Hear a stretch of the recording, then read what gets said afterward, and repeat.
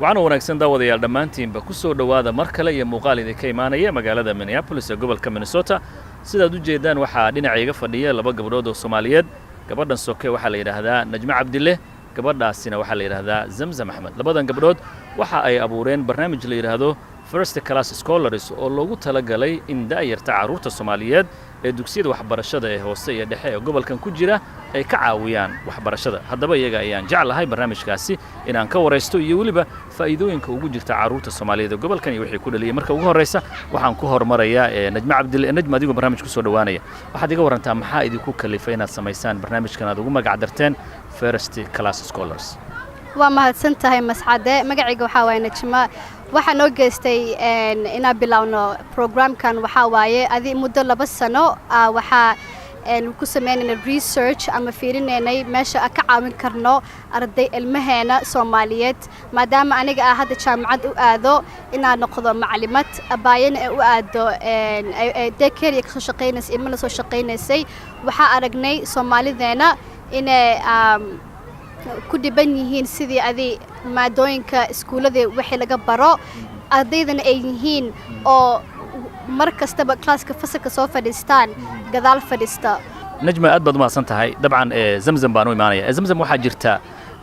waxbarashada in marar badan caruurteena laga caawdo marka sida ay sheegtana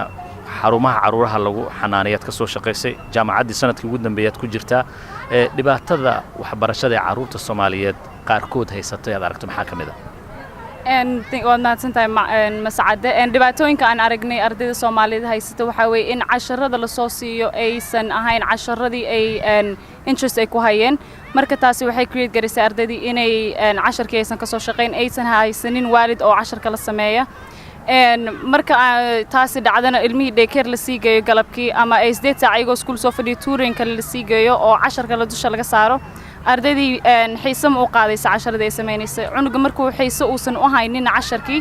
xiiso iskuulkii dhan uma haynayo oo ma garanayo sababtu iskuul u dhigto ilmahana ta kale aan aragnay waxa weeye inay goals ay lahayn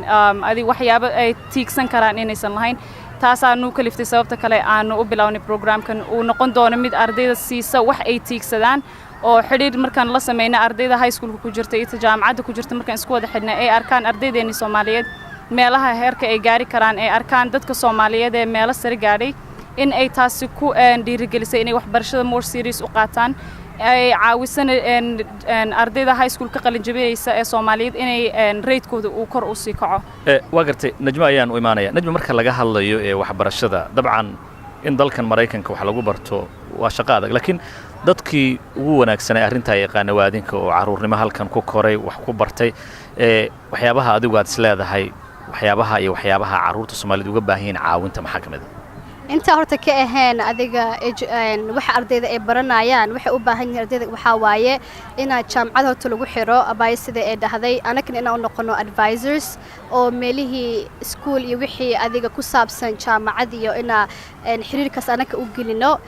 midka kalena waxa waaye ilmahan ma arkaan horta adis Soomaali dhakhtar ama engineers ma arkaan marka waxa rabnaa ina connection la siino Somali professionals oo shadowing iyo waxaas ina wada siino oo ilmahaas ay u arkaan birin ugu daydaan dhakhtarka Soomaaliyeed ama Somali engineerka ina ay kana noqon karaan waxa dabcan ugu muhiimsan ka soo koob inaad waxbarashada ka caawinaysaan waxaad isku dayeysaan inaad xiriir sameysaan u dhaxeeya ardaygii Soomaaliyeed jaamacadda dhiganay sida idinkoo kale ahaa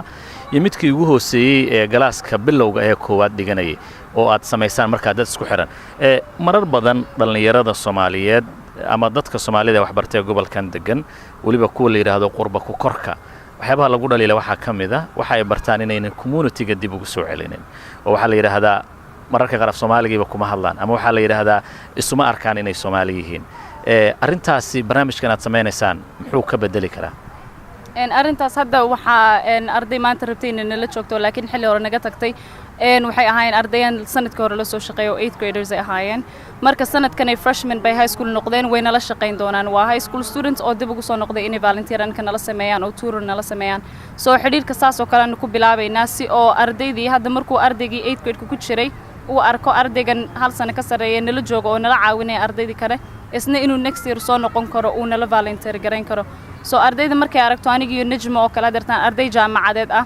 oo community-gi wax u qabanaya iyagiina way inay qabtaan ay noqonaysaa moogtay waxay adigu dareemayaan responsibility ta ugu muhiimsan ee aan programkan rabno inaan ka soo saarno waxa ardayda inaan responsibility dareemsiino oo ay arkaan sababta ay hooyadooda ama aabahood ugu bushkaraynayna iskuul aadaan ardayga markuusan adigu uu ku xidhnayn community-gi way ku khasbantahay inuu ka dhex baxo uu afkii ilaawo aniyo najmo dhowr sano adigaana ku yaryaraan meesha nimi Soomaaligeena wali waa garanaynaa soo ardayda markaan kula hadalno Soomaaligi ayna arkaan arday ay af garan karaan inay ay wax qaban karto ay community-gooda ku celin karaan inay afkooda ku hadli karaan dhaqankooda haysan karaan iyagana adi responsibility way dareemeen in waa aragnay taas iyadoo dhacday ardayda aan sanadka hore kala soo shaqeeyay middle school haddeertaan iyaga ay soo doontay oo noo sheegay inay rabaan inay volunteer la sameeyaan oo dadka caawiyaan ugu dambeyntii najma haddii aad soo gabagabayso talada aad u soo jeedin lahayd dhalinyarada adiga kula midka ee jaamacadaha ku jira ee wax baranaya doorka ay ka qaadan karaan inay walaalahooda kale Soomaaliyeed ee gobolkan degan ay gacan u fidiyaan maxaad ku oran lahayd أنا waxaan ilaha hadda caruurtan soo koreyso waa ilmihii anaka noo noqon lahaayeen takhtarkeeni ama noqon lahaayeen kuwii ilmaheeni anaka adaleena wax barayaan marka generationkayga waa dadka aniga isku facay aan ahnay waxaan rabnaa inay ayagu u soo jeestaan caruurtan u garab qabano maxaa la ayakana anakana u garab qabtaan marka anaku mas'uulka bis maanta ma saarna waalidiinta mas'uulku wuxuu saaran yahay anaka maanta bari waxna tari doonaan ama bari wax nagu sameyn karaan marka gabar kasta ama wiil kasta oo anaka ficana waxaan rabnaa inaan la talino inay ilmahan yar ee u noqdaan role model diintii iyo dhaqankii iyo wax kasta inay ka fiirsadaan ayna ku daydaan sidii fiican midka kalena waxa waayana arad ilmahan waxay u baahan yihiin meel ku tiirsadaan marka hadda anaka u noqon weynay qof ay ku tiirsadaan qof kale ku tiirsanaan oo wax ka baran karaan marka intaas aan ku advice garanayaa waa tahay aad bay u mahadsan tahay waxaan filayaa talada ay Najma Cabdille soo gudbisay inay tahay tayo wax ku ool isla markaasina aan filayo dayar fara badan oo Soomaaliyeed oo jaamacadaha kala gedisan ee gobolkan wax ku barta inay si dhab ah u qaadan doonaan oo ubadkooda walaalahooda iyo waliba dadkooda caawin doonaan